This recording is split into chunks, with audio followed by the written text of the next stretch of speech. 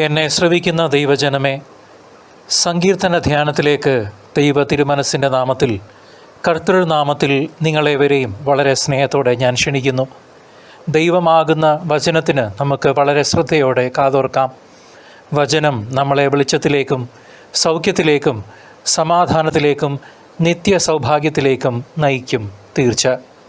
കത്തോലിക്ക സഭയുടെ ആധികാരിക വിവർത്തനങ്ങളെ ആസ്പദമാക്കി തയ്യാറാക്കിയിരിക്കുന്ന പ്രചോദന സന്ദേശം പരിശുദ്ധ ജോൺ പോൾ രണ്ടാമൻ മാർപ്പാപ്പയുടെ meditations and catechesis on the Psalms കാൻറ്റക്കിൾസിൽ നിന്നും ദൈവശാസ്ത്രജ്ഞനായ വിശുദ്ധ ജെറോമിൻ്റെയും ചിന്തകൾ ഉൾപ്പെടുത്തിക്കൊണ്ടാണ് എന്ന് സന്തോഷപൂർവ്വം അറിയിക്കുന്നു. നമുക്ക് വചനം ശ്രവിക്കാം. പരിശുദ്ധാത്മാവേ, ഞങ്ങളിൽ വന്നു നിറയണമേ.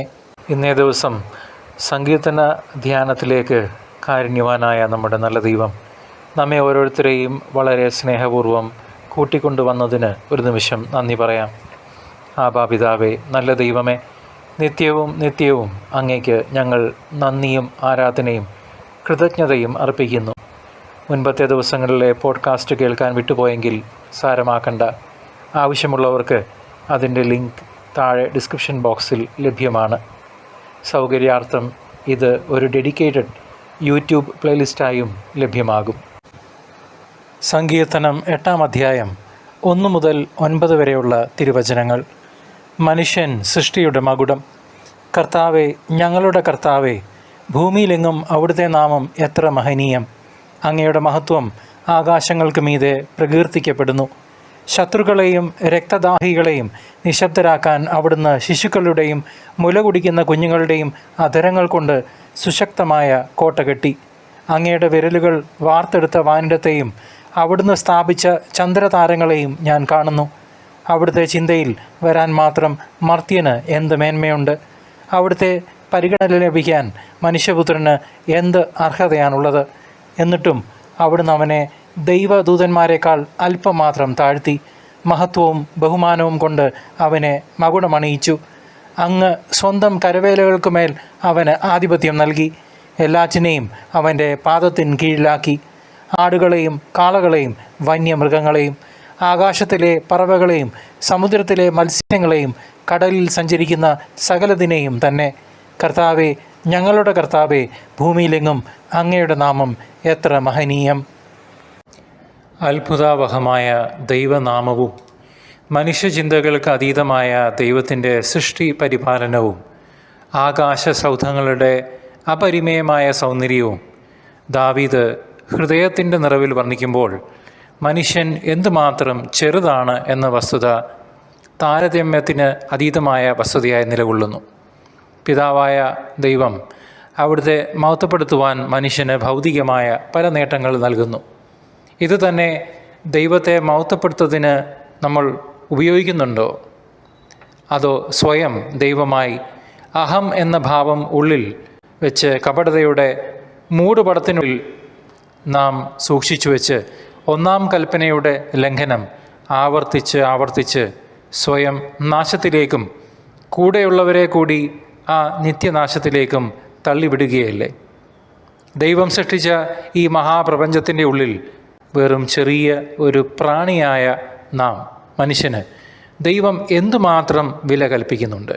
നമ്മെ സ്നേഹിക്കുകയും പരിപാലിക്കുകയും തൻ്റെ അടുത്തേക്ക് തിരിച്ചു വരുവാനുമുള്ള വഴികൾ പലപ്പോഴായി തുറന്ന് നമ്മുടെ മുമ്പിലേക്ക് കാരുണ്യാതിരേകത്താൽ അളക്കാനാവാത്ത സ്നേഹത്തിൻ്റെ നിറവിൽ എന്നും വെച്ച് തരുന്നു പൊന്നു തമ്പുരാൻ, നമ്മുടെ അപ്പൻ.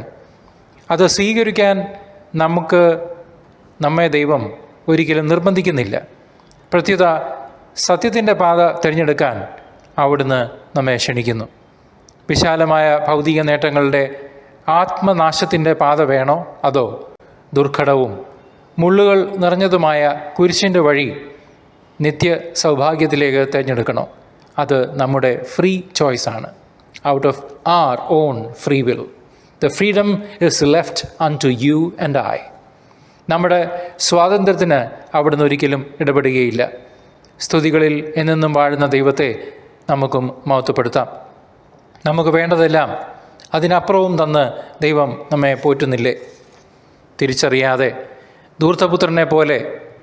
ധൂർത്തപുത്രിയെപ്പോലെ വീട് വിട്ടിറങ്ങുന്ന നാം അപ്പൻ്റെ സുരക്ഷിതത്വവും സമാധാനവും വിട്ടുപോകുന്നു എന്ന് മാത്രമല്ല, ദൈവത്തിൻ്റെ സ്പിരിച്വൽ ഡിസൈൻ, നമ്മളുടെ രക്ഷയ്ക്ക് വേണ്ടിയിട്ടുള്ള ദൈവത്തിൻ്റെ പ്ലാൻ, ദൈവിക പദ്ധതികളെ പുച്ഛിച്ചു തള്ളി ലൂസിഫറിനെ പോലെ രാവും പകലും നാം മറുതലിക്കുന്നു എന്ന വസ്തുത തിരിച്ചറിയാം. എന്നെ ശ്രവിക്കുന്ന സഹോദര സഹോദരി, ദൈവത്തിനു വേണ്ടി ജീവിക്കണോ അതോ മറ്റുള്ളവരെ കാണിക്കാൻ, മറ്റുള്ളവരെ ബോധ്യപ്പെടുത്താൻ മാത്രം ഉതകുന്ന ഒരു ലാഫിംഗ് സ്റ്റോക്കായി ദൈവത്തിന് മുമ്പിൽ വ്യാപരിക്കണോ എന്ന് ചിന്തിക്കാം, വിചിന്തനം ചെയ്യാം. ദൈവപിതാവിൻ്റെ നിസ്സീമമായ സ്നേഹം മനസ്സിലാക്കുവാൻ ബുദ്ധിമുട്ടുണ്ടാവും, സാരമാക്കണ്ട. തൻ്റെ ഏകജാതനെ നമുക്ക് നൽകുവാൻ തക്കവണ്ണം ആ സ്നേഹമുള്ള പിതാവ് നമ്മെ അനന്തമായി സ്നേഹിക്കുന്നു. ഓരോ ദിനവും വീണ്ടും വീണ്ടും നമ്മളെ ഒരു ഉപാധിയും കൂടാതെ സ്നേഹിക്കുന്ന നമ്മുടെ കർത്താവിനെ ക്രൂശിച്ചത് മതിയാക്കാം നമുക്ക്. സഹോദര സഹോദരി, ഇത് എന്നോട് കൂടിയുള്ള വ്യക്തിപരമായ ചോദ്യമാണ്. സഹജീവികളോട്, ദൈവം സൃഷ്ടിച്ച എല്ലാത്തിനോടും രമ്യതയിൽ വസിക്കാനും പരിപാലിക്കുവാനുമുള്ള ഉത്തരവാദിത്വം നമുക്കെല്ലാവർക്കുമുണ്ട്. എല്ലാത്തിലും നമുക്ക് സൃഷ്ടമായ ദൈവത്തെ മഹത്വപ്പെടുത്താം. നമുക്ക് പ്രാർത്ഥിക്കാം. കർത്താവായ ദൈവമേ, വചനം ശ്രവിക്കുന്ന ഞങ്ങളുടെ ഓരോരുത്തരുടെയും ജീവിതങ്ങളെ അങ്ങ് അറിയുന്നല്ലോ. അവിടുന്ന് ദാനമായി നൽകിയ ഈ ജീവിതത്തെ ഞങ്ങളുടെ വിശ്വാസരാഹിത്യത്തെ പരിഗണിച്ചുകൊണ്ട് തൃപാദത്തിൽ സമർപ്പിക്കുന്നു. തിരുച്ചോരയാൽ കഴുകി പരിശുദ്ധാത്മ അഭിഷേകത്താൽ നിറയ്ക്കണമേ. ആബാപിതാവേ, അവിടുത്തെ ഹിതം ഞങ്ങളുടെ ജീവിതങ്ങൾ വഴിയായി നിറവേറുവാൻ അവിടുത്തെ വഴിയിൽ കൂടി മാത്രം ഞങ്ങളെ നടത്തണമേ.